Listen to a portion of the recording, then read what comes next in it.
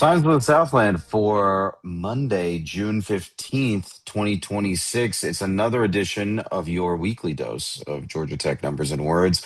My name is Akshay Easwaran, and joining me are Jack Purdy and Jake Grant. Gentlemen, the hottest news of the day is that Angel Cabrera will be leaving Georgia Tech in November to become CEO of the Aspen Institute. Jack, you are a current Institute employee. I guess I have to disclose that as a Yes, disclaimer. please do. So you are closest to this news. What is your initial reaction here? We were surprised. I mean, just candidly, in terms of my coworkers, we definitely not like this isn't something that like gets leaked or anything around a very, very large campus, and so it was kind of a surprise when we got the news that like, oh, how about that? Um, now, well, am I surprised that it happened in between a range of now and 2029? No, not at all. Um, Generally nowadays, and Cabrera said this, and checking not to steal your talking point, but usual college presidents now do this for about a decade. And you kind of hit a natural burnout point at that point. You've had time to put in whatever projects or initiatives you were there to do and set and what your goals were. So it's pretty normal. It's not like the days of Marion Britton in the 30s and 40s when he was there for like 25 years and carrying this school through multiple crises. And it's very in a much more infant stage of the school's history. Now it's a very well-oiled, well-polished machine in the grand scheme of academia. So uh, there's a lot of opportunity for a lot of people now, which is great. But no, this is surprising. And there's a lot to talk about in terms of like what he's done and what's set up for whoever gets hired next in this regard in the next year, assuming it takes about that long to find a permanent guy, so or gal. So we'll see. It was surprising. Didn't see it coming. But I mean, all hell, a weird day for him between. I know he's a big Spanish soccer fan, so a weird day between announcing his departure and having to watch Spain draw Cabo Verde in Atlanta in a crazy match. So just a very weird juxtaposition of stuff today in the sports context added into it. Just to add a little bit more color before we go into more analysis, I want to read straight from the press release from news.godtech.edu. Quote, since becoming Georgia Tech's 12th president in 2019, Cabrera has overseen record growth across enrollment, research, innovation, and philanthropy. Under his leadership, Georgia Tech has grown to enroll more than 56,000 students annually, an increase of 55%, while becoming one of the nation's most sought after public universities. The Institute has achieved record levels of student applications, enrollment, graduation rates, research funding, startup formation, invention disclosures, and philanthropic support. End quote. Further down the line here, it says during his tenure, annual sponsored research awards have surpassed $1.4 billion, helping propel Georgia Tech to number one nationally in research expenditures among universities without a medical school, and number two nationally in federal research funding, while expanding the Institute's leadership in artificial intelligence, neuroscience, space research, and entrepreneurship. Georgia Tech also expanded and modernized its campus significantly and advanced the development of three innovation districts in Atlanta: Tech Square, Science Square, and Creative Quarter. Throughout his presidency, Cabrera has remained focused on delivering exceptional value for students and families. Georgia Tech has been consistently recognized as one of the nation's best investments in higher education and among the strongest returns on investment in the country. End quote. So it's hard to say that this tenure has not been an unmitigated success, and that's also before you get to the athletics of it all over the past 7 years. But Jake, I want to kick it to you before we talk about the athletics piece here. What what struck you when reading some of this news, and what do you think it means moving forward? Yeah, I think Jack kind of hit on my key talking point. I can't remember if this was something that was super public or stated in his investiture, which was there. That was cool. Anyone who's listening to this and has an opportunity to go to a new president investiture next fall or next spring, do it. Kind of a once every decade kind of experience, if you couldn't tell. Sure. But anyways, there was something out there to where I don't know. It crossed my mind maybe beginning of last academic year where I'm like, we might be getting somewhere close to this. So I'm not going to say it's a huge surprise. That said, in today's news, it being there, that was a surprise for sure. But yeah, I wish him the best. I think in terms of what you've seen at Tech, there's maybe some things that you'd like to have seen a little bit more on. We don't have to get into that, but by and large, there's things that are super important to a university. I think we would all agree that for us, sports, culture, life at Tech is an important part of that. I think all those were a smashing success. I think fundraising has generally been seen as pretty well. They're in the middle of transforming tomorrow, which continues to be ongoing. I would love to hear a memoir for some of the pieces of his experience that maybe are unique at handling COVID, handling student health and well-being, which I think all of us have generally positive, but would always like to hear more on that kind of notes. All in all, whether it's enrollment, research, athletics, those are kind of your three key pillars. And people can say multitudes, but I think in all those things, Georgia Tech is more notable now. And not that it wasn't notable before than it was in 2019 when he came aboard. Is that fair? Yeah, no, it's everything. It's been miraculous how well how much, I guess, just the rate of positive change the school has had since COVID has been miraculous. I mean, he kind of got thrown into a dumpster fire he couldn't have any control over when COVID hit campus, and within his first 18 months of being on campus, which, I mean, that's a challenge for anybody. It's a challenge for the entire world, of course. But when you're fresh into a new job and having to completely adjust every single plan you had going into the job in 2019, like that's a huge hurdle to clear, and we cleared it pretty darn well, all things considered. And then once we attack, and then we'll get into the athletics part, but really attack the athletics part of things, because he understood, like, hey, our biggest branded moment is on ESPN during football season, whether we like it or not. Like, that is where we get the most eyeballs at the same time and people talking about the school. Um, and so he was able to leverage a lot of things that, and to help make the school more popular. Like, the prestige wise, we're going up. That's a big thing. Like, in terms of like when the application numbers, he got here in 2019.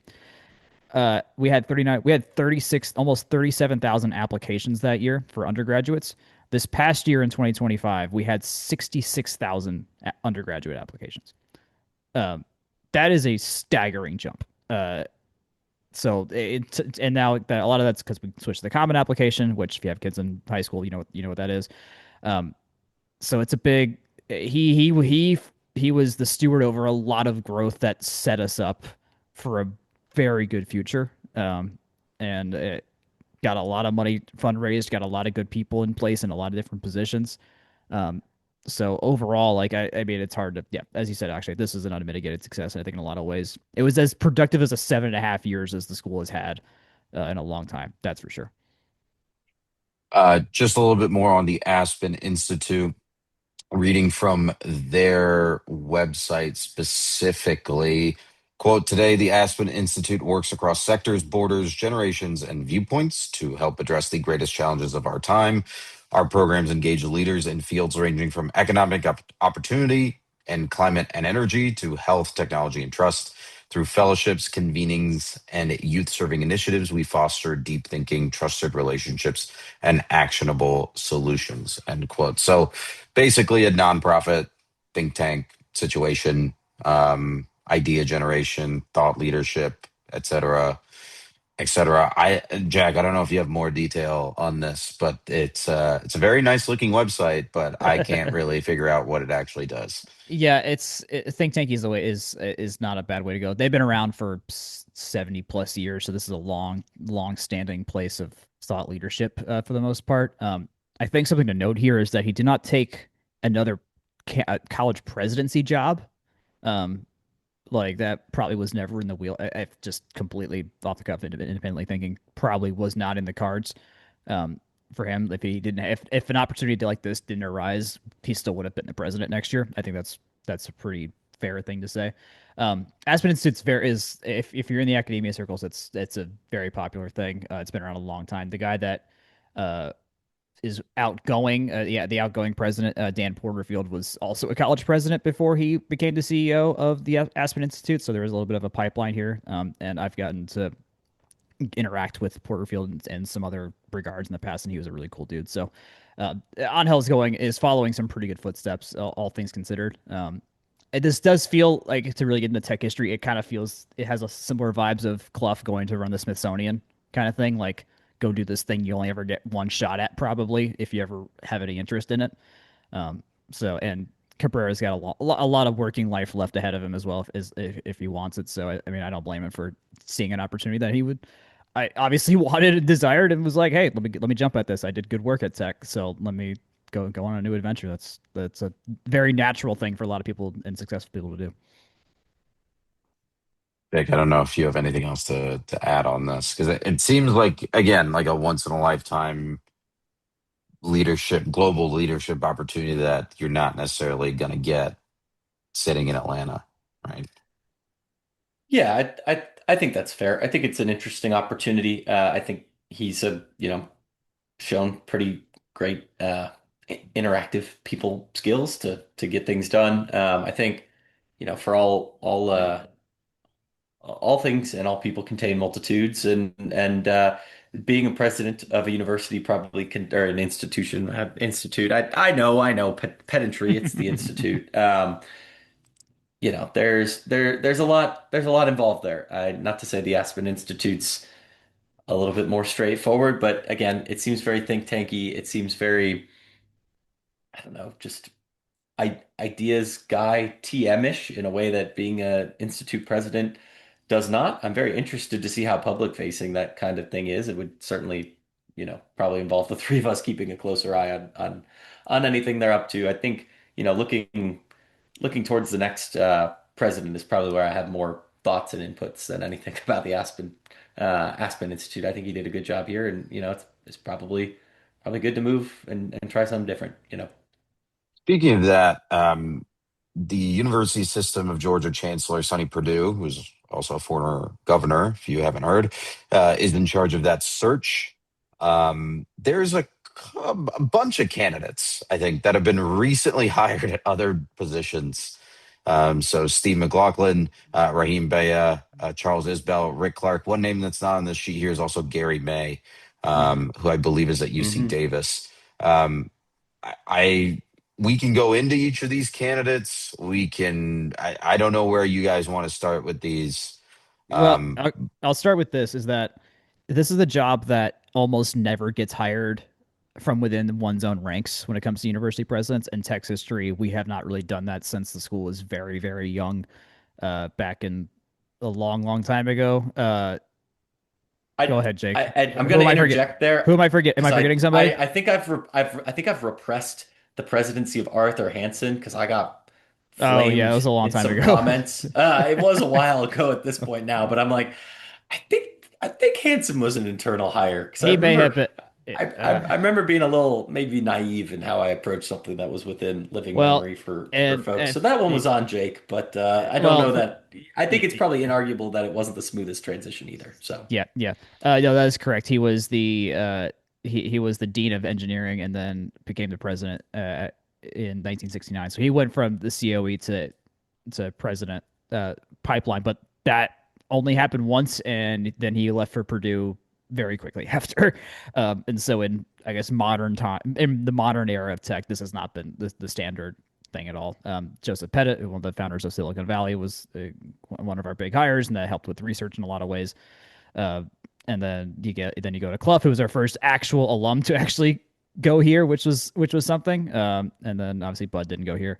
He came from Colorado, and then on Now here we are. So it's odds are we're getting someone that didn't work here in a major job in the past, just with how that tracks. And I mentioned these guys because these would be like, if this was a college football coaching search, these would be the guys you'd mention in that context. Like, okay, who was recently in a job below that, right below it, who has shown success and would do that.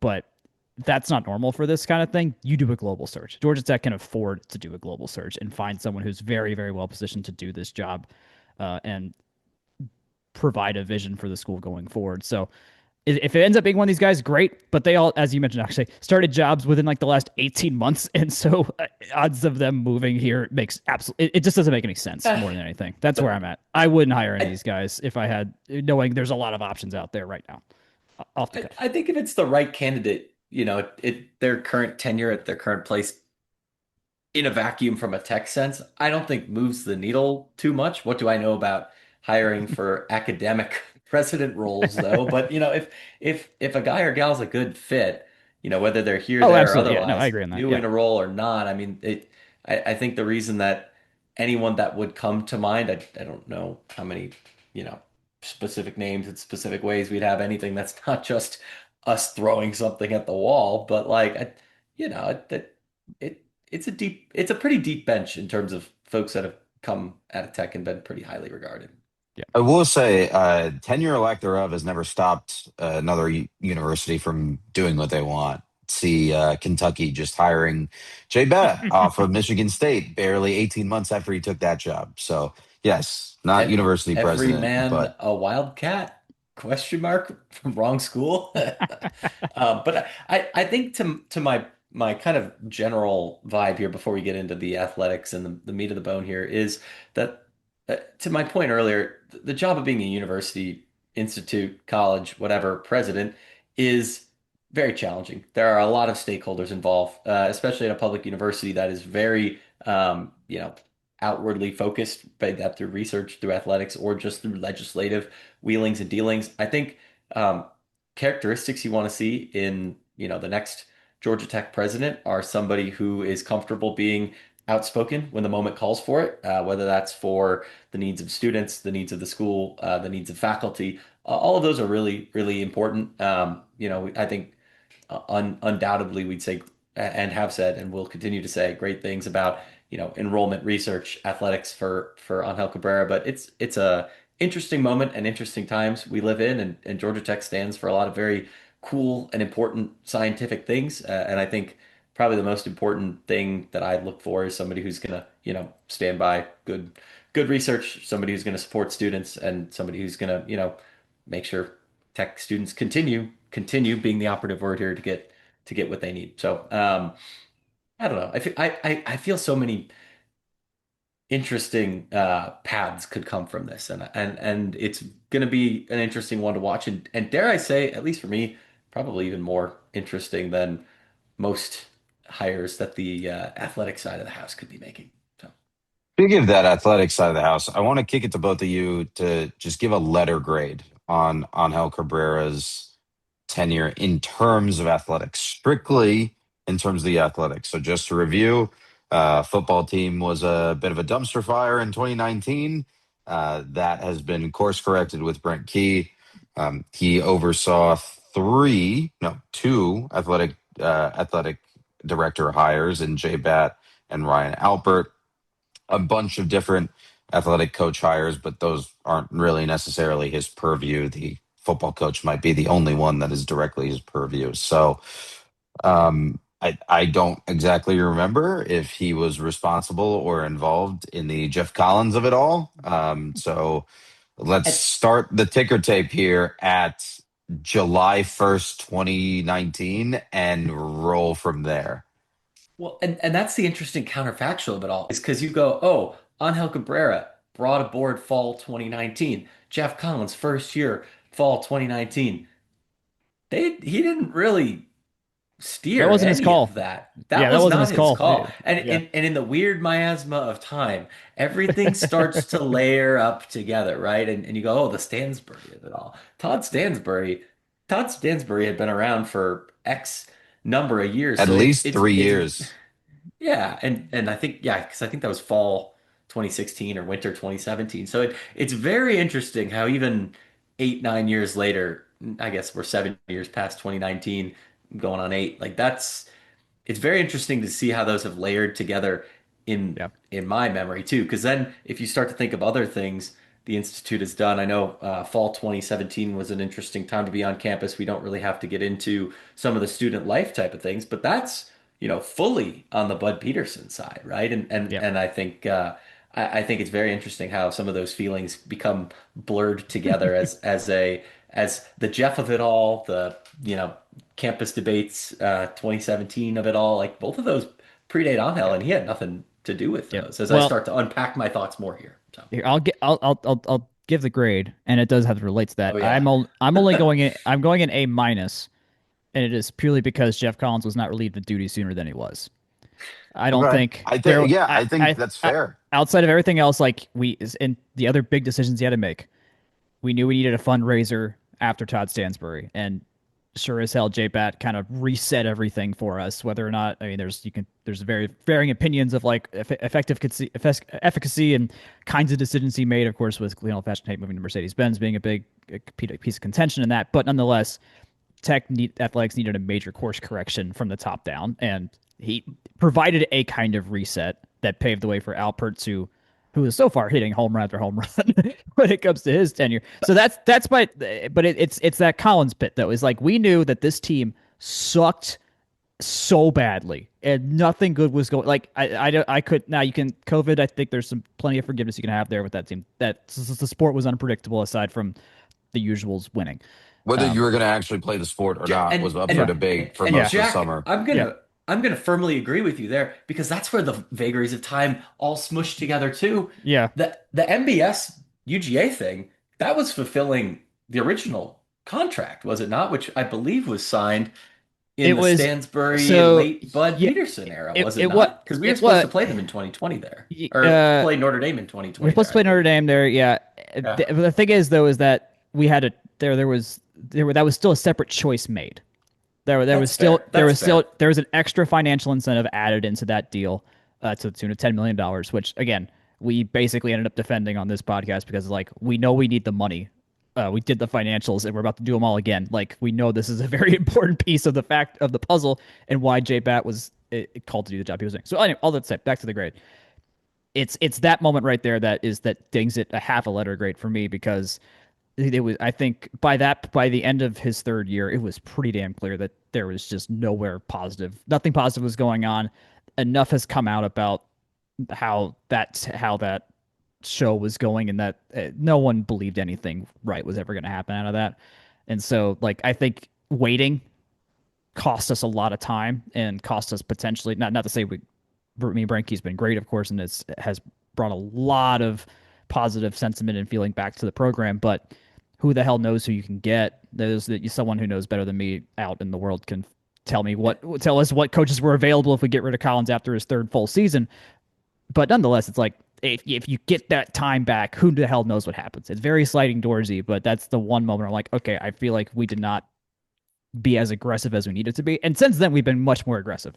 I think you can look at our basketball firings to prove that point because if you apply the same like time scale to Damon Stoudemire as we did to Jeff Collins, Damon's probably still our head coach right now, Yep. but he's not. And I think this is where the letter grade for a president specifically as it pertains to athletics is so challenging again because there's so many things going on there and again Let's be clear. This is not their main priority as this a is president. This is nowhere Yes, near the top but priority. this is the yeah main focus of the and podcast, so that's why it's a hard question.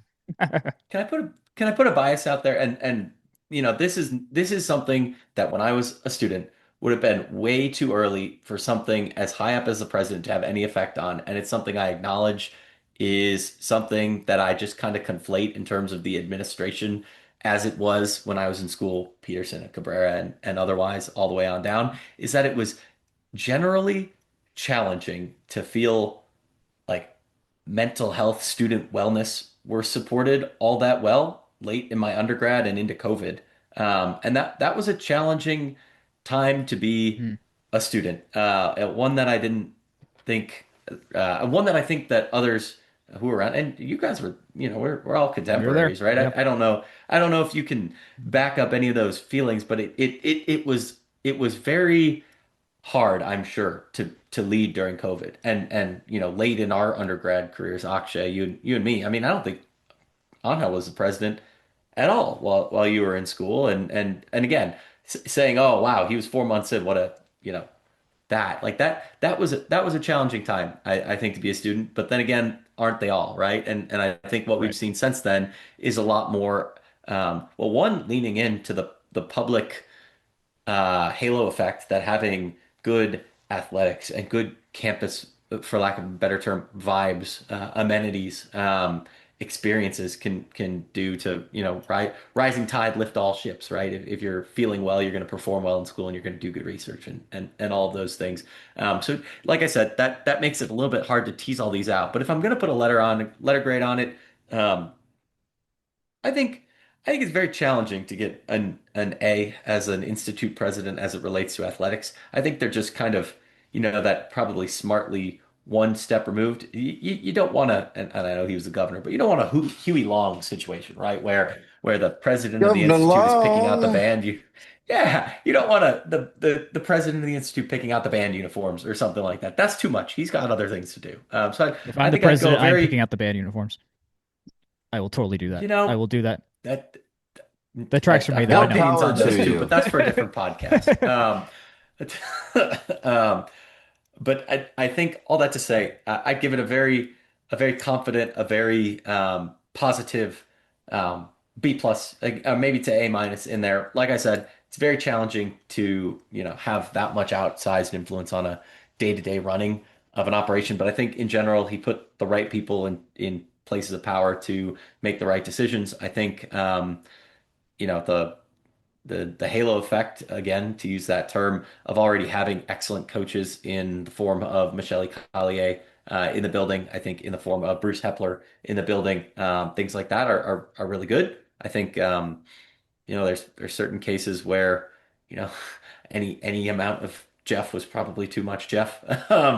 Yep. But yeah, I think things were good. I think the most important thing he did though was publicly say that this is something that's important. It's something that he and his wife, Dr. Beth Cabrera, did a great job, and I don't want to leave her unmentioned because I feel like that was a key Yeah, part of she's a all of that and should get yeah. mentioned. Yeah. She's a huge. I Um, mean, she's a huge loss too to just the day to day of the school. Like she was doing a lot for the well being part of side of things. Like yep. that's been her passion project for her whole life. She's got books about it. She has presentations about it and everything And like that. Like, and that's where you see 2, 3, 4, and 5 years in, there's mm, places where those things start to make a difference exactly. and start to Yeah. matter there. So, like I said, I think it's really, really tough to put the letter grade on. I'd say B plus to A minus, but if there's certain things that we get into in the finances coming up a little bit later, we'll talk on some more good points there. But in terms of performance on court, on the field, we're talking what about most teams making the postseason over the last year or two, and a lot of them having some pretty decent performances in their regular seasons as well. Yeah. So, And I mean, to your point of like came out and said this is important to him. Like that's the alignment piece that got brought up by every new hire afterwards. Like it was incredibly reassuring to know that we had the president on our side and behind and had our backs in all of this and all the new pursuits that were going on and things like that. So like that's it. Yes, it's a thing you can say it in theory, like just say it and have good PR, but like the work backed it up too, which is not nothing. That's not nothing. It's not and nothing was ever good. am I crazy to say that having Alpert in the building, who is now probably reaping the harvest of some difficult choices Jay Bat Hmm. and Angel Yeah. Cabrera had to make. We are about to continue to collect the windfall of the Hmm. Hyundai Field thing, which I'm still a little salty about. But those feelings are directed towards Angel Cabrera and Jay Bat. And now Ryan Alpert is Now they're like coming. doing snow angels in He's a the big pile pain of money. sponge. They're pain sponges. It's yeah. Yeah, exactly. And getting to cut the ribbon on Fanning after, 2 years and gosh, probably on Angel Cabrera's full tenure of president of that being in some form of we need this. How are we going to fund this? Let's get this Yeah. design. Let's get this approved and all of that too. So I think the interesting thing about, you know, colleges and institutions and infrastructure and all these things is you could probably say the same things about, politicians as it relates to major infrastructure or, grants and gifts from big foundations to build things, whether that's on university campus, like the new AE building, then that's been, long in the works there too, or something, in the city or the state writ large and some of those big institutional type of investments that I think we're still seeing how that plays out. Cough, cough, creative quarter, cough, cough. So there you go. The one downside here and why obviously why you guys are cranking down to an A minus is that we never got our Division 1 soccer team. Never And mind. C plus. C plus. Sorry. Kidding. Honestly, I I think this hate is that for one him. thing. I hate it for him more than anything. Like I know he wanted that. He's I hate it like, for me. What are you yeah. talking about? We Let alone him. simply I hate it for me. and that's where I think the the next, if you will, like if Georgia Tech TM or Georgia Tech Athletics TM, and this is me complete blue sky imagining here, right? Let's think about capping highways and moving buildings and facilities and things like that. It's all the giant infrastructure work. And again, we're going to talk about finances in a minute. So maybe I save some of this for that. But if you look at Georgia Tech's just change in net position over the last two fiscal cycles, that's the kind of stuff that moves needles to make investments in a smaller stadium that can host soccer or lacrosse, or to build EBB2, or to, I don't know, have CRC2 because now there's a 10, 12,000 more undergrads on campus. I don't know what We that need number it. is. I wish I did.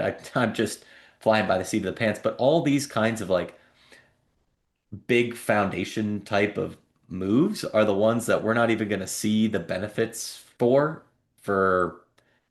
I don't know, probably 5, 10, 15 years. We're talking about decade impact here Yeah. at this point. And yeah, I'd like to see a D1 soccer program. I think we've talked about Title IX math in the past there too, so there's some need there. But going from a net position of 71.4 mil at the beginning of fiscal 24 to Spoilers. 134.8. That's a pretty significant change, even if the big scary debt number is definitely still there. So, Enrollment has Okay. grown by 5,000 in the last 8 years. hmm. 5,000 And undergrads. how many more bench presses are there at the CRC in that time? Uh, Because we were pretty Five. short 5 years Maybe ago. like four, honestly. It's One for each K of undergrads. it's pretty alarming the ratio of well, there's been more weightlifting stations added, but the ratio I of can't believe weightlifting he's giving a stations, serious answer to this. well, You're giving me a unfortunately, serious answer to something that was just a huge meme in 2018. So there you yeah. go. There you So go. I mean, there it is. Okay, Okay, let's before figure Jake this out. spoils our entire second segment, let's take a quick break. And then when we come back, we will unpack the fiscal year 2025 financial statement from Georgia Tech Athletics. Back in If the tick. If I if I was smart, I would have framed this up as some sort of electioneering campaign ad for Stephen and the gang at Section 103 to become the next Institute president, but I'm not that creative, nor is that the right place or the right time for this. But if that's your thing, laugh with me and then go to section103.com. Check out all their gear that they've got over there for of course Georgia Tech, but also seven other schools, including the aforementioned last week Mississippi State edition. Yeah, as always, section103.com is the best place to find their stuff, but they're also over on Instagram for news, notes, announcements, things like that. And you can get free shipping on orders over $100 every day. But as always, you can use our code FTRS for 10% off to tell them we sent you. They are truly the best place to get Georgia Tech apparel. And you can also find a couple other schools from around the state, around the southeast, and around the country. So go tell your friends if they're Purdue, South Florida, Mississippi State, Kennesaw State, LSU, Georgia Southern, or Clemson. In addition to Georgia Tech, gents, back to the money math. What do we got? It's time for money math. It's time for your annual financial statement episode. Let's start with the executive summary. And just for reference, all this information is pulled from the 2025 fiscal year financial statement that is available on controller.godtech.edu. This was posted in October of 2025. So, a couple of bullet points at the top. External fundraising cleared $70 million dollars with 12,737 total donors. Georgia Tech Athletics net financial position increased by $134.7 million dollars. There are 29 million in unearned revenues. Their total revenue in fiscal year 25 is $156 million, which put them at 34th ranked against other public FBS schools. That is fourth in the ACC behind Virginia Tech, 16 million behind UNC, and lots behind Clemson and number one. Ticket sales across athletics went from $12.7 million to $15.2 million. Football ticket sales specifically were $2.2 million in the previous year. Women's basketball ticket sales doubled. The Full Steam Ahead capital campaign and its ending accounted for a major jump in donor contributions. The current debt number that we always love to talk about sits at 295 951 $295,951,695. That is sixth in the FBS, sixth highest in the FBS, third highest in the ACC behind Cal and Florida State, who both recently financed major stadium renovations. This number was previously $312 million in fiscal year 24. So they cut about 17 million year over year. In fiscal year 26, they owe about $15 million towards this debt. There's a poison pill coming up where the principals start coming due in about 2031, where annual payments start to be around $85 million. So, gentlemen, where do we want to start? That's a lot of numbers. That's a lot of numbers with M's next to them. At a certain point, numbers like money numbers just become like blobs to me. So, Jake, explain to me how this is all working. Yeah, I think that's probably a tall task. There's a reason it takes 32 pages to do that in a financial statement. But essentially, uh, tech has solidified its net position. Again, I'll start there because that's what I was talking about before the jump. Essentially, 2 or so years ago, give or take a couple of days. I mean, I guess 3 years ago to 1 year ago, tech's net position has improved by about $63 million. That means that there's lots of, investments and, revenues and things like that that come in, you know, ways that Georgia Tech is making money, but also, new facilities and softwares and things like that. All these relevant things that you can count as an asset all go into a large calculation, and that calculation says that Tech's combined assets on the athletic side are more than they were about 2 years ago. All that to say, a big chunk of that is just the Fanning Center existing.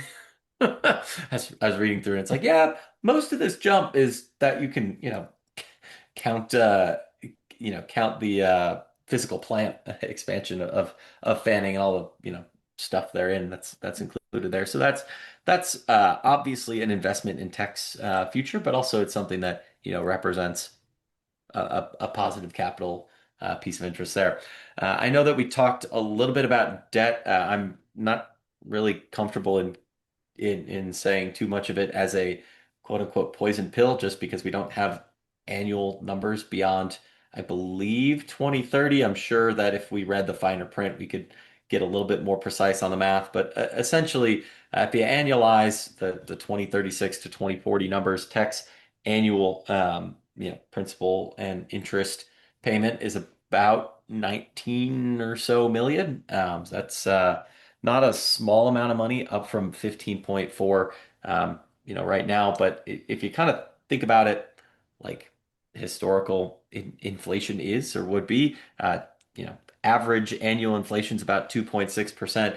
And if you apply a 2.6%, which was conveniently also last year's increase, if you apply that to 15.4 million, you're looking more at 25.8 in adjusted dollars out in 2038. So how to say this? When the interest rate is right, money is cheap, and I feel a little bit better than I did when I started looking at these numbers, just kind of seeing how that shakes out for tech. So all in all, it's still a huge amount of debt. I'm not trying to downplay that at all, but in terms of increase in capital assets, which is great. That's something that's made tech stronger, and one that, kind of, if you think about beyond 2038, when the actual, or I guess 2040, when ostensibly that number for principal and loan does start to physically go down. And yes, 2040 is a long time away.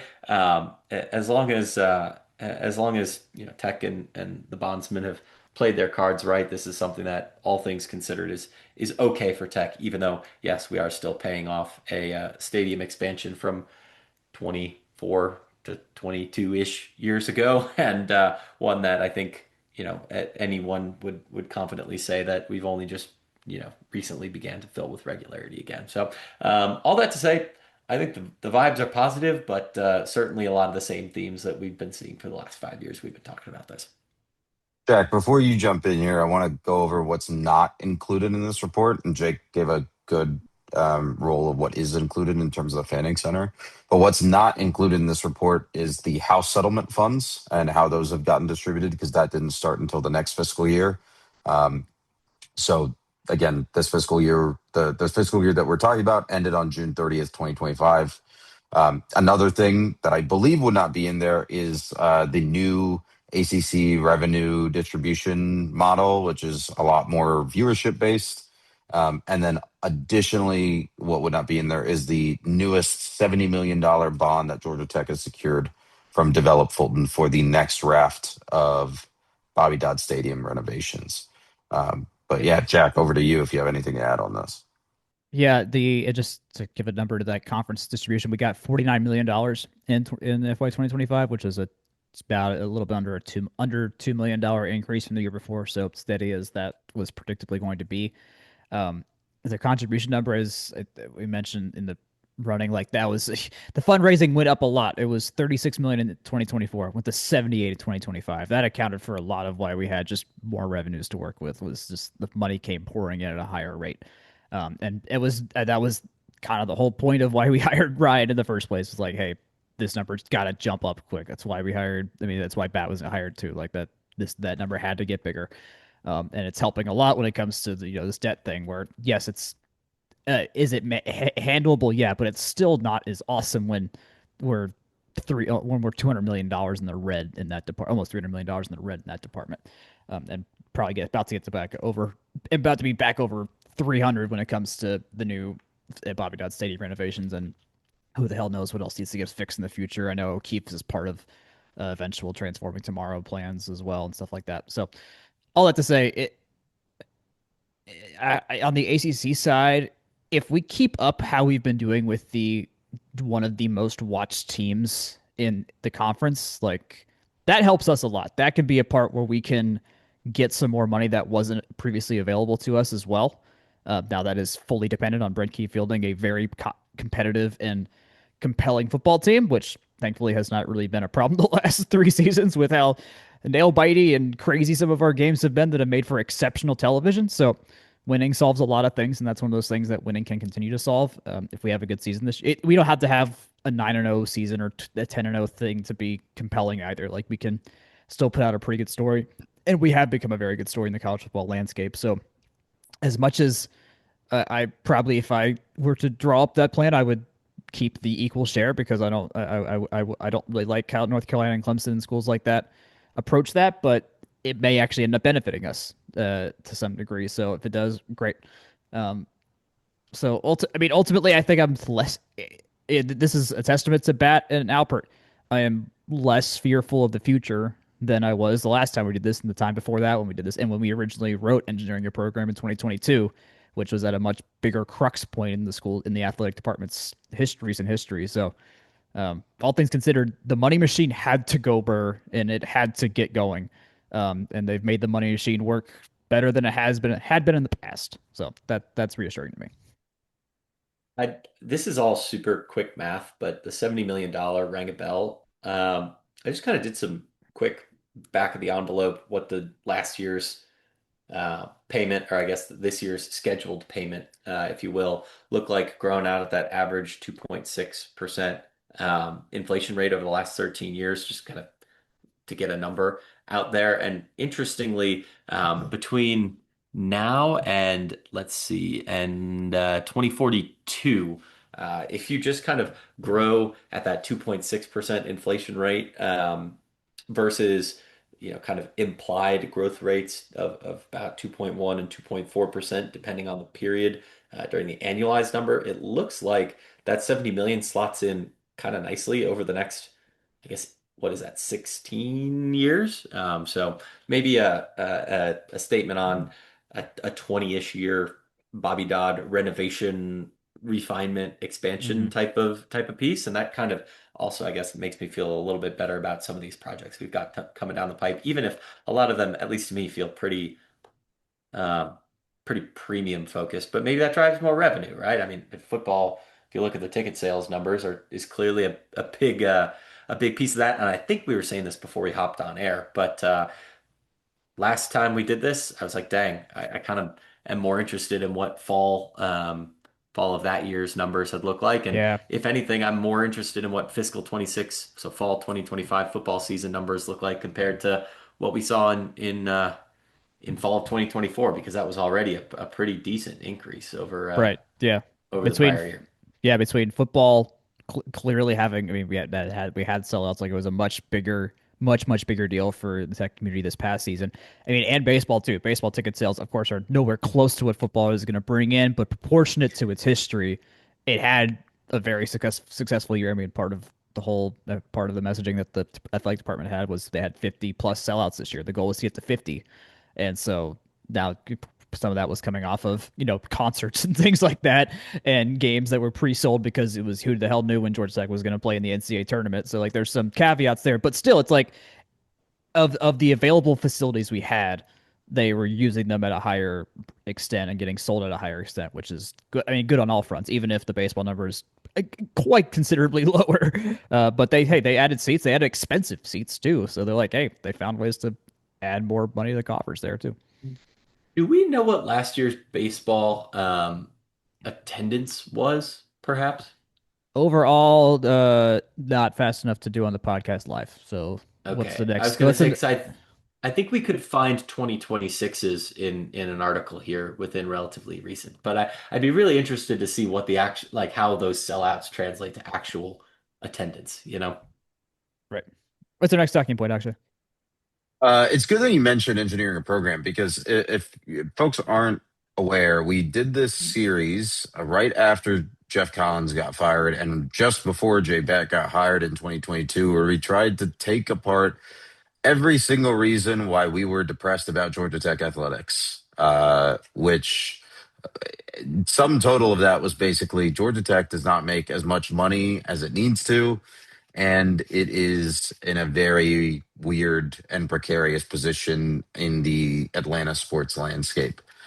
So I have each individual point from engineering a program listed in our doc, and I don't really want to read all of this text out loud, so I'll summarize the text for each point, and I would love to kick it to both of you to give me an opinion on where we're at on each point in 2026. Two athletic directors and a president, and a football coach and a president later. So.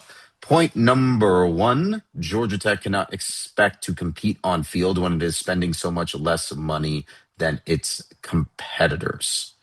Um, Mr. Purdy, would you like to go first? I mean, it kind of reiterates the point I was making that like we needed more cash and we got more cash, and also we're thankfully able to afford to pay coaches at salaries that they should be by market rate getting paid as well.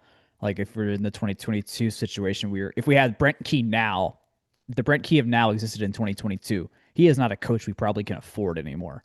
Like I don't know if we were able to hire him like we were able to hire him back then if he rises to the prestige that he's at now. So that's progress. That is serious progress. It does help that he's an alum, and it probably is taking a tad bit less than he maybe could have if he went to Bama or somewhere else like that. Just of the teams that have a lot of money going around. But yeah, we're not all the way there. Of course, we'll probably never be Ohio State. We'll probably never be Texas, who they have money out the wazoo coming their way. Uh, but for we're from where we were, it's a hell of a lot better now.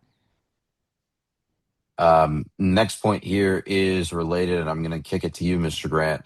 Georgia Tech will find it extremely difficult to spend more money on athletics until it pays off almost $300 million in debt. I think that it's kind of interesting to note that, the current debt is kind of the same. It's 274 minus, or I guess plus gosh, about 13 million in principal, right? So if you add interest to that, it's obviously much more. It's about 418 million. So I don't know how off the top of my head we calculated that number. I worry about exhausting donor sources, right? That's kind of why we've had to get creative, I think, too, in terms of Mercedes-Benz, in terms of Hyundai. I think I'm on the record as being in principle against both of those. It probably pretty vocally. But donor giving, we talked about Angel Cabrera a lot earlier. I think he has helped align some opportunities for athletics and the school to get a little bit more enmeshed, I guess, together in terms of some of the work that he did with Jade Bat. So I don't know. The money is as cheap as you can get financing, right? And to some of my points earlier, right? If you've got a decent interest rate and you're beating inflation, it's not exactly it's not exactly without its downfalls. What if systems and realignments happen in the next 5, 10 years with TV contracts and ACC rights and things like that? But until that money machine stops spitting cash, you can get decent financing to keep up. And I think the Fanning Center is proof positive of that. I think some of the women's basketball investments are proof positive of that. It's clearly still on the radar with volleyball, with football coming down the pipe, and I think baseball is now paying dividends. I mean, I'm Yeah. not in a place where I want to or can be spending money on Champions Hall, but I sure would like to. So I imagine there's people Yeah. who actually go and splurge and grab that where they can too. So they wouldn't be doing it if there wasn't at least a market for it, and clearly something's working there. Next one, I think we can skip. Georgia Tech cannot pay off this debt until it pulls in acceptable revenues. We've been talking about revenues this whole time. I think, Jack, to your point, football being baseline competent to good and baseball being great over the last 4 years has helped I drive ticket sales. No, I need to say one thing, and I don't think I've said it since we hit record. Guys, we cannot pretend like baseball moves the needle on revenue. In 2024, off of ticket sales, they made $255,000. Last year, they made 276. That's half a scholarship, let alone a drop in the bucket for an endowed scholarship.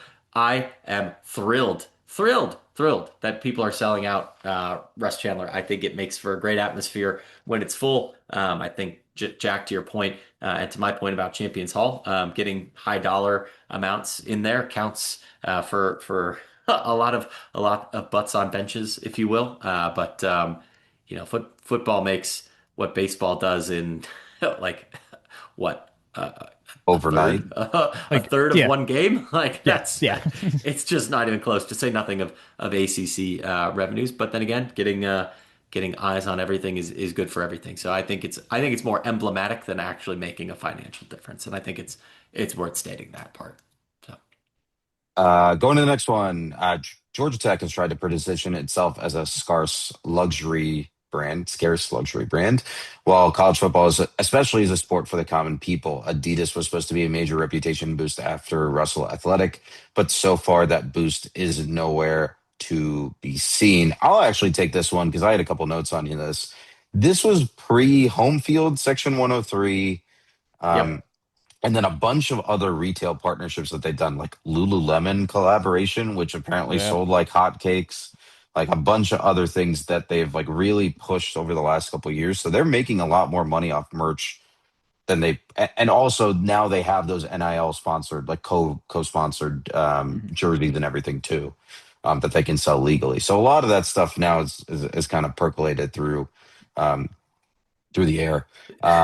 this Adidas, I'll this say, what's up? I was gonna say this reads like us being particularly in our feels, if that makes sense. Oh no, we were very angry about this. I remember because again, this was pre-home field, and section 103 was a glimmer in Stevens' eye at that point. So it was a Yeah, very, again, the whole thing was written because we were depressed about the state of Georgia Tech athletics. So there is a lot of yeah. feels here. Oh yeah. I know, The I know. other thing that I'll mention is specifically about Adidas. Um, it was very clear to me. I don't know how much other people put like read the in like the uniform stuff tea leaves, but it was very clear to me that Adidas was putting tech in the same tier as its like Mac schools in terms of the gear and the specialty equipment and everything, Hmm. um, which is not a diss on the Mac, but just really a diss on Adidas for what was promised versus what was delivered. Obviously, the super factory never got built either, so a lot of different factors going into that, economics going into that. The plan thus far for Under Armour seems to put tech in their tier one. So, you can't really predict what the future of that is going to look like, but that is a positive thus far. The counterpoint to all of this, though, is something that you said, Jake, about stadium renovations in 2026 being entirely for rich fans and not really having spaces for cheaper tickets or common fans to enjoy. And it's not just a tech thing. Um, a lot of schools have been doing these renovations. I mean, that the reason that FSU is in all of that debt is because they took out a bunch of bleacher seating to put in more luxury boxes. So Yeah. it's not, it's just like what income inequality and And the like expected value of a ticket purchase or like a specific fan's investment is able to drive for an athletic department. and that's something that obviously so much ink has been spilled about for the current World Cup, but I heard it put pretty well on a podcast I was listening to actually probably about an hour before we got on the air here, and that's that the World Cup is not alone in what it's doing, but it's doing it on like super hyper drive because FIFA just kind of can. That's a butchering and Yeah. a paraphrase of a quote that I wasn't expecting to draw on right now, but I mean it's something that we're talking about everywhere. So I would hate for it to sound like it's a criticism of Georgia Tech in particular, just like some of the caveats I was making on some of our earlier points about both finances and institutional alignment and actions of presidents and things like that, right? Um, these are things that every school is having to grapple with, and I guess if you're Tennessee, you just build a battery and try and start collecting rent from businesses. But or if you're FSU, just go into debt. Cal, that there there are certainly worse places to be, but it's almost the same point as kind of saying diversifying revenue streams, Hyundai, Mercedes-Benz, things like that. In the same vein, you can't keep going back to the same small crop of people that can pay uber dollars for club seats or things like that or make these large splashy donations because at some point the well's going to go dry and just or at least you'd think it would Yeah. in Right. in theory there. So These two kind of go together, and Jake, I want to kick this back to you. Tension between Tech's past and present underpins athletic decision making and the expectations of fans. And Georgia Tech's departure from the SEC and its dramatic institutional transformation from a local engineering school to one of the top public research universities in the country and world has permanently altered the balance between athletics and academics at the Institute. I think that this is probably where Cabrera saw his best success, and I think it's also something that like reflects on where Georgia Tech was as a fan base at the time. I think if you would have asked this question or made a statement like this to the Georgia Tech of 2009, ACC champion, fresh off recent Orange Bowl, Paul Johnson trending up, baseball, women's tennis winning a natty, volleyball, women's basketball being postseason regulars are pretty darn good. Men's basketball is good. They'd be like, huh? What are you talking about? We're selling out against Virginia Tech on Thursdays and things like that. And I think it's more at the time we were putting it together, going like, gosh, we're I guess not grasping at straws, but something that was reflective of an existential angst that one can I guess chuck out the window when you're selling well for games against Pitt and Syracuse, who are not historical SEC rivals. I think it's very easy to be like, you know what this fan base needs is to play Auburn or whatnot. Like Georgia Tech is going to sell out this Tennessee game. And that is Yeah. happenstance of interest in Tech, interest in Tennessee, and also interest in a historic, long-standing series that means a lot to people of a certain age or a certain stripe. But that's something that I think, yes, you can say Alpert Bat Cabrera have put a dent in it, but so has success, so has familiarity. I think, it requires two to tango, right? And Virginia Tech also being good draws interest in the Virginia Tech series and having a coach that's interesting. North Carolina also being good and not being mediocre in and out like that put eyes and made fans want to travel up there in that interim season, even with Georgia Tech, probably I guess they still had a shot at making a bowl if they'd beaten UGA the next week. But a good Tech team on the rise is a lot more interesting and one that people are willing to support, and throw maybe Miami in that bucket, right? A Georgia Tech that gets to play an interesting Miami, Florida State, UNC, Virginia Tech team is going to draw at Bobby Dodd the way an Auburn or a Tennessee would. Maybe not like for like, but pretty darn close. And to that point too, we've played a Louisville a handful of times. We've played a NC State. We don't get to play too often of late, but I guarantee that an interesting Georgia Tech team draws pretty well against both of those the same way they did against Pitt last year. You're spoiling some of these further down the road. Honestly, I haven't even read them. I've been trying to do these off the cuff because I feel like that makes for better takery. Um, Feel free to poke holes in what I just said, though. No, no, no, no. I'll come back to those as we keep going down the list because I think you're right. Like the narrative of a Georgia Tech on the rise is more compelling than man, this team blows every year, and This team that's what it blows. was Huh? Let for. us play Interesting. Tennessee every year. What? Yeah. What, Jack? Jack, this one, 1980s, Colin. Yeah. Jack, I think this one is more in your wheelhouse. Georgia Tech is an exclusive school with a rigorous acceptance criteria that has resulted in an alumni and fan base that is one, much smaller than our rivals, and two, has vastly different interests and priorities than Tech's fan base during its football heyday. I learned something in the last few couple of years, and it is that, well, for one, tech's gotten a lot more popular since 2022 when we wrote this because we got featured in the Forbes's new Ivies, and so like we got equated on a national stage of like, hey, you can get this, you can come to tech and other places like Georgia Tech in the Southeast and get the melting pot of this really cool education and all the parts of collegiate culture that you may not get at a hoity-toity school in the Northeast or somewhere else like that. You can get good weather, you can get fun, you can get Saturdays, and you can get Saturdays in the South, and you can get really good education all at the same time. Like that is a value prospect that Georgia Tech and a lot of other schools provide, which makes it really, really attractive, and for the long time. But also, another thing I've learned is that students will come if the football team's good. They won't come if they suck, and that was a and it and I, honestly, there's a pretty clear deep point of demarcation. And it is Brent Key's first game as head coach. That student section Yep. against Duke was completely different compared to the previous three seasons, COVID notwithstanding. Uh, that was a tone shift across the board. And yes, Yep. I mean Tech does. I mean, if you can go to the Georgia Tech fact book, you can see that in terms of like applications and who we're getting, who the places we're drawing interest from, it's global. It's not just people that have grown up understanding the sports culture in the Southeast and across the United States. Like, yes, there is still somewhat of a hurdle of like, hey, there's people coming to campus that don't get this, that you got to teach, and they've made strides for this. Like, I know one of the professors at Scheller like taught a like, hey, here's football class this past fall for the kids that may not have been exposed to it, and to help them become more embedded in the culture and understand this part of Georgia Tech history that is extremely, extremely important to most of our alumni.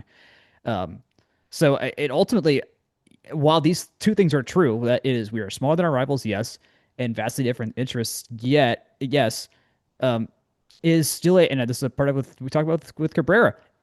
Being a good athletic school still matters to us to a great deal, and we've made some real strides to an investment in making sure that it is in a part of the culture that everyone is welcome to be involved in.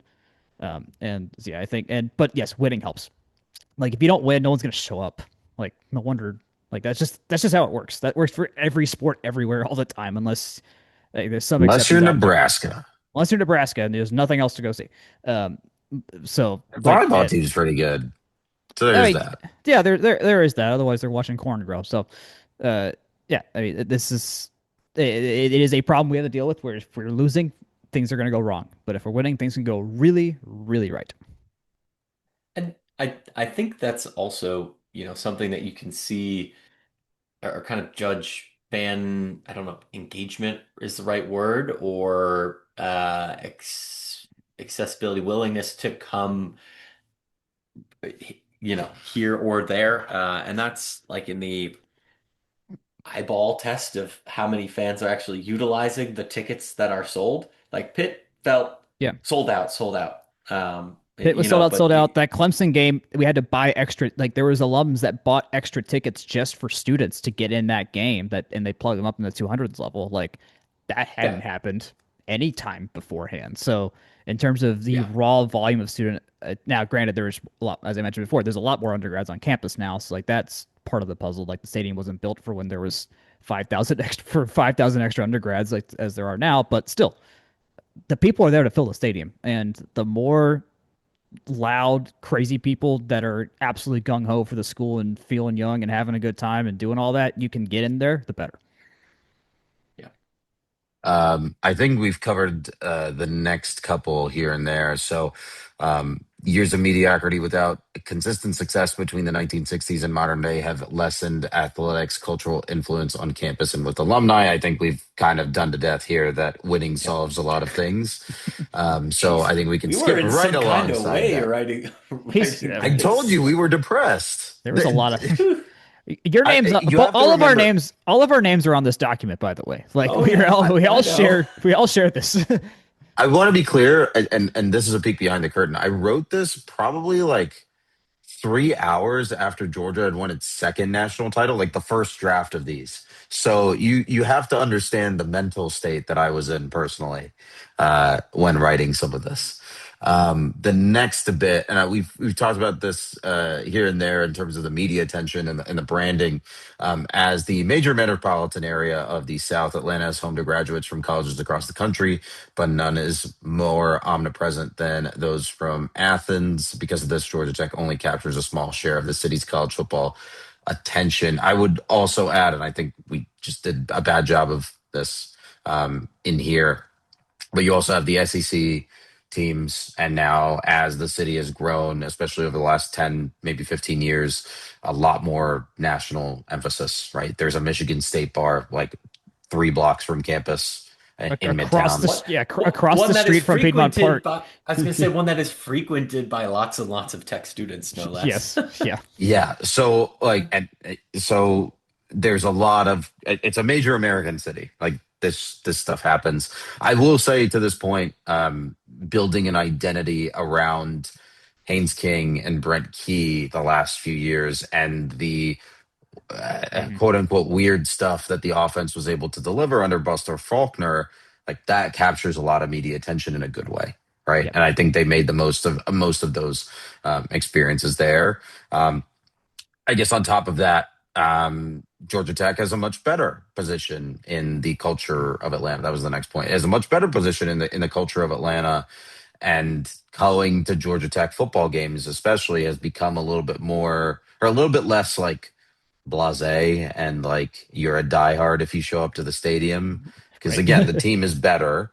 But I will say, like, the Braves aren't on TV that often anymore because of weird like streaming deals.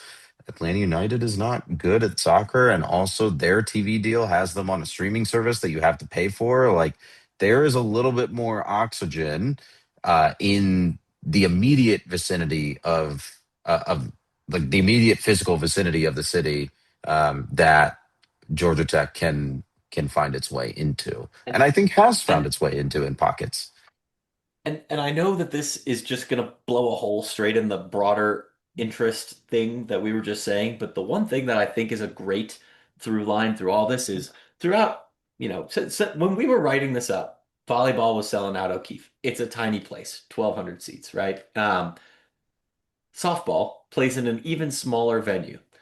But to my knowledge, before about last year, they were never selling that thing out. And Nope. yes, it's what 400, 600 seats. I should know. I've seen 100 games there, but I just don't off the top of my head, sadly. But for a team that's just pretty good. They are good. They're serviceable. They're a postseason team this year. They played interesting opponents. They've been competitive, right? And you're seeing fan support for teams like that. And to this point too, I think even more so, Jack, than the baseball comment from earlier, is from 24 to 25. Yes, baseball increased its or its ticket revenues by about 21,000, 22,000. Women's basketball went from yeah, it tripled, essentially tripled Yeah. their attendance or their season or their total ticket revenue. And I'm sure with 2026, a lot of the good vibes that we saw there, and even despite a tough year, a lot of great attendance figures, I would say. So certainly, I'm interested to see that. And volleyball, despite selling out most games, is another 22,000 in terms of that sales revenue there too. So I think that's Mhm. them going from selling out just all the big ones to basically consistently filling. And there's probably a increase in prices in there too for one or both of those teams, or maybe all three that I just mentioned. But you know, you're seeing good interest, and it's a halo effect to other sports, right? It's somebody going, oh, I Yeah. had a good time. I'm going to go back and see Yeah. XYZ. Yeah. Oh, this might be one of the most depressing ones of these, of all of them. I really have not read this in a long time. Quote, Georgia Tech has completely and utterly failed to reassimilate into the cultural ethos of Atlanta. Most recently, Jeff Collins treated Atlanta like a resource to be tapped and exploited. Georgia Tech will never be able to recruit the city and its metro area effectively until it is able to forge a genuine relationship with it. End quote. You have to remember, at the time that I wrote this, at the time that we wrote this, it was not just me. But I could keep saying I because I wrote the first draft. But at the time that we wrote this, Jeff Collins had been doing 404 for the culture and posting pictures of his shoes on Twitter, like Yeah. every week. It was pretty bad. So It's pretty bad. it was pretty nasty. I will I'll, say I think I don't have a number on this, and I probably should have prepared for this, but I will say the recruiting within the metro seems to have gotten better. And yeah, there are the caveats of like we talked about this the other week of like NIL and the transfer portal and transfer roster building means that maybe the prices for better high school players are lower because they have less experience and you don't want to take the risk. It's like different, like there are different like yeah. social or market factors there. But I mean, like even this past week, there are like what, like five or six like line recruits that would have gone that had offer lists as good as like like tier two SEC teams, right? Like those are teams that we weren't have been able or have not been able to compete with before Yeah. for recruits, and that tier of recruit is now unlocked. Yeah. And Like, to this point, I'll note, yes, the recruiting in Atlanta was bad. Like I remember there was I think it was a Ari Wasserman article and the Athletic that was noting like, hey, if you put everything in a vacuum, Tech should be the best recruiting team out there because of the proximity to available talent. And at the time, we were doing none of that, at least not to an extent that mattered. And now that absolutely has changed. And I'll note we hired Tim McFarland, who, if those that remember, was one of the biggest under the radar hires we could have. He's our high school recruiting liaison, but he he's the was like same guy I what thought about for this he was for like one sure. of the most important guys in high school football in the state of Georgia, and we had him vouching for us and working for us to help on the recruiting side, which was the exact move you do when you realize, oh, we are not doing good enough in recruiting our local talent. Let's go get the guy that can do this the best for us. And so that's what we did. And so like that part's been big. And kind of back to Cabrera too, like being a good neighbor in Atlanta became an even more important part of Tech's existence, and that was part of the whole transforming tomorrow plan. And like, how do we embed ourselves better in Atlanta, be a better neighbor to a lot of people, make this place a place of opportunity and investment and things like that, and attract the business side of everything.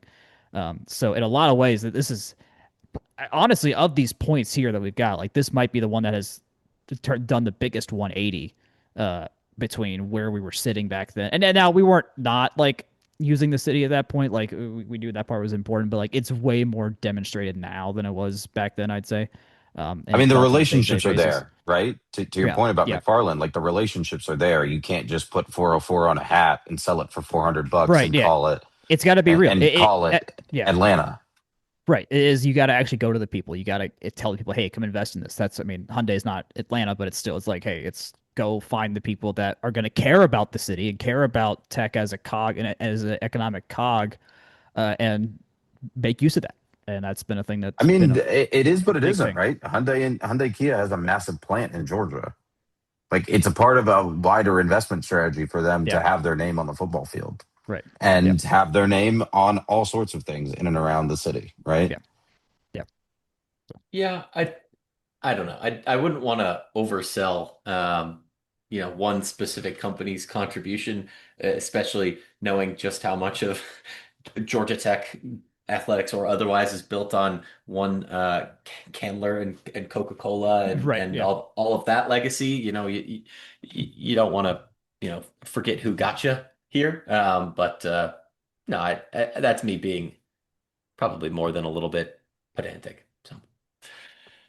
Last one here is about the football schedule and how it is usually the hardest or second hardest one in the nation, and that the biggest rivals are perennial title contenders. I will say, when we wrote this, Clemson was actually good, and they no longer are. So that has changed the calculus on this a bit.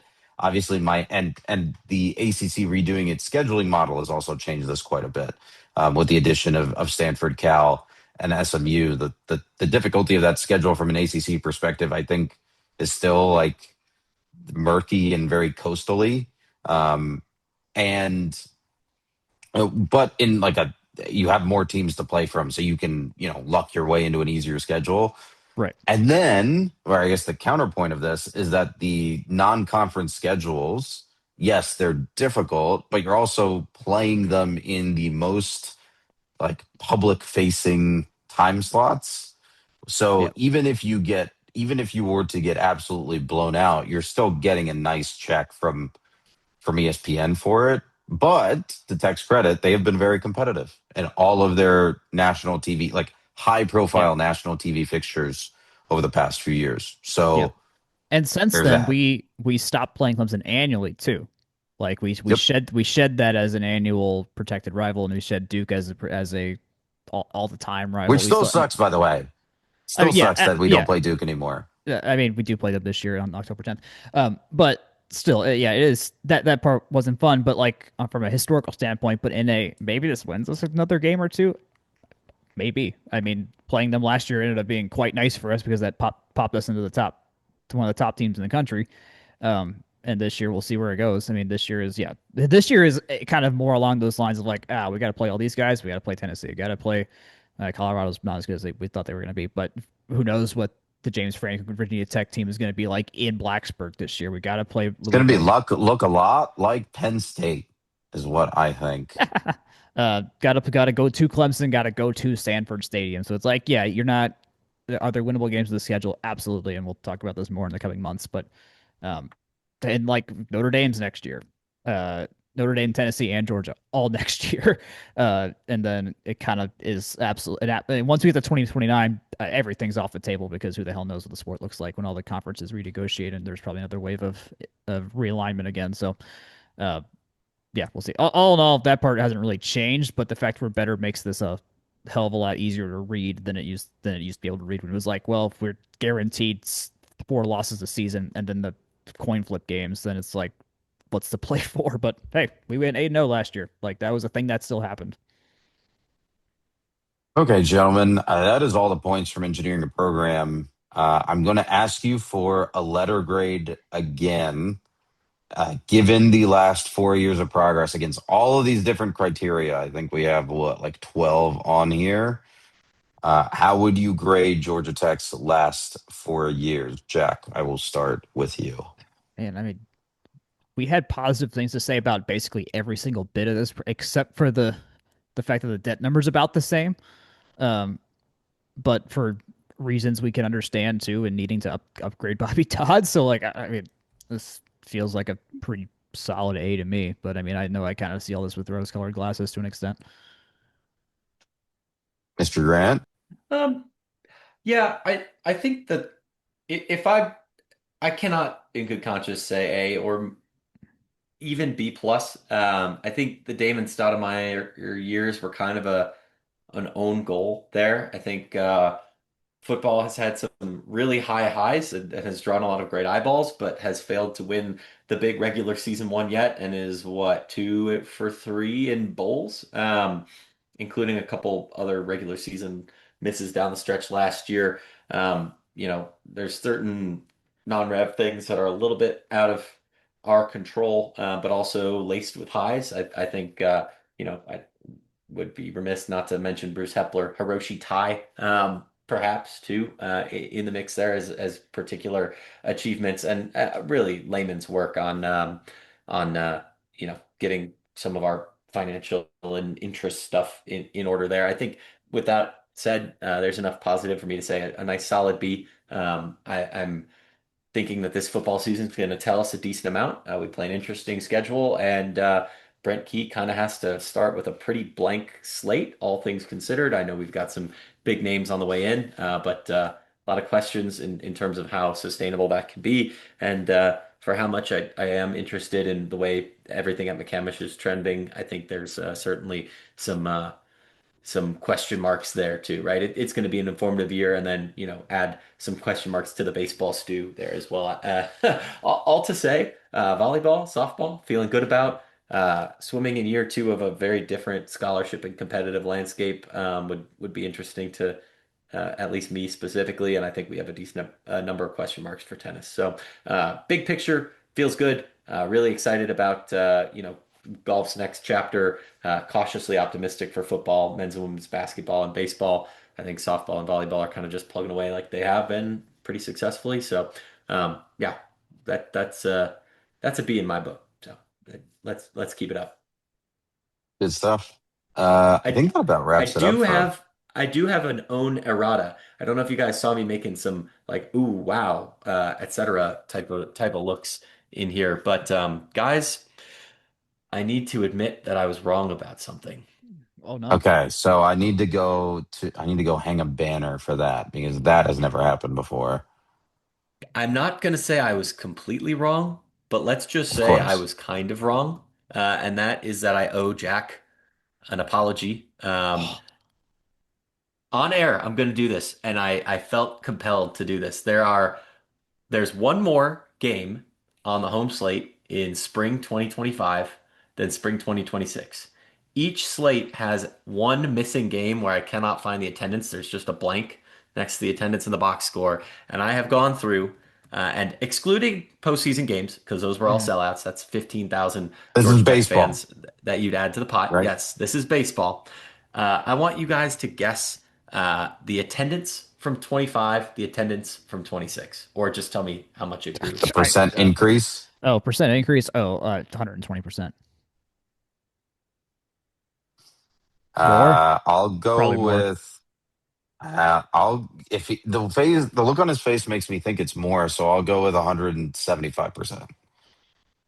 The average baseball attendance went from 1,718 in 2025, which is held up by really good showings on like two specific weekends where we had 34, 35 Yep. to 2909 this year. That is 164% of the prior year attendance. That, like I said, is with one fewer regular season home game. Hmm. Yeah, Jack, if you just assume 164% of last year's revenue, that's baseball going from a quarter mil to almost half a mil Look in at that. revenues Look at there. that. So That's a lot of money. yeah, Jack, that's a lot of money, and I think the most interesting like stat of all of that is just seeing how Georgia Tech sustained attendance Hmm. over the year. There are a number of games from spring 2025 where Tech is under 1,000, and Yep. I believe I'm going to check this stat, but I believe the minimum that Tech saw in 2026, yep, it was just a hair over 2,000.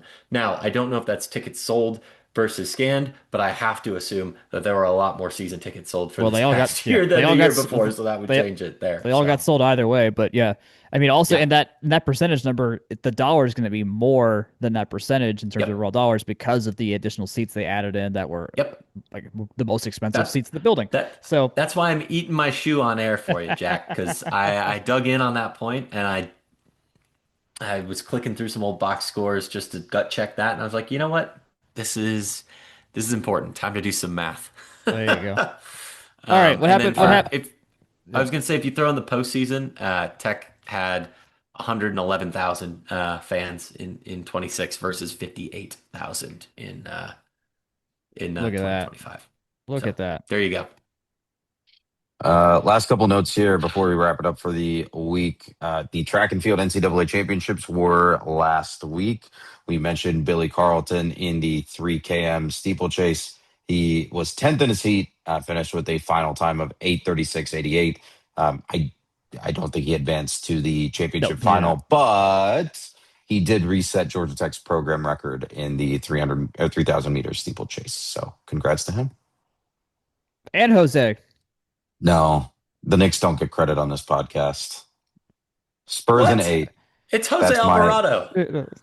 no Knicks. Bad I don't. Knicks. Oh I'm man. I'm I'm still not I'm a still Knicks bitter. fan, but He's I'm a Jose fan, man. let's keep in mind How are he's you literally not? wearing a New York team on his shirt right now. Uh Boo. so yeah, that Bills Mafia shirt's good. It's raising a lot of questions. Uh It's a good shirt. I it's a stand good by it. it's a good shirt. Jose, I mean Also, Jose, the only football team that plays in New York. this is a good point. No, I mean Jose joins a very, very small list of Tech basketball champions. So pretty darn good. Like that dude has had one of the coolest stories in basketball across the entire league. So this is I cannot be happier for this guy who, I mean, thank God Josh Pastner saw something in him because Lord, without getting him here, like who knows if any of this happens for him. So I'm so happy for him. And to his credit, he was very involved in arguably the play that won, not the literal play that won New York that title, but the play before the play, if you will, Yeah, that won them that yeah, title in helping set up that OG Anunoby tip in for a win right. In game in, four, what was yeah, that, game 4. yeah, So it's game four. Yeah. a begrudging congrats to Jose Alvarado, if I do say so myself. Mr. Grant, I think that's about it for us. Would you like to take us out? Yeah, I can take us out. As always, this podcast is presented by From the Rumble Seat, from therumbleseat.com. Email us your thoughts and your suggestions, your ideas at fromtherumbleseat@gmail.com. You can find us on Blue Sky at FTRS blog. I'm Jake Grant98 over there. Jack's Jack Nicholas. You can find Section 103 at section103.com and at Section 103 on Instagram. You can find us on Instagram, Facebook, YouTube at From the Rumble Seat. You can find this podcast wherever fine podcasts are distributed. Until we speak again, good night, good luck, and go Jackets.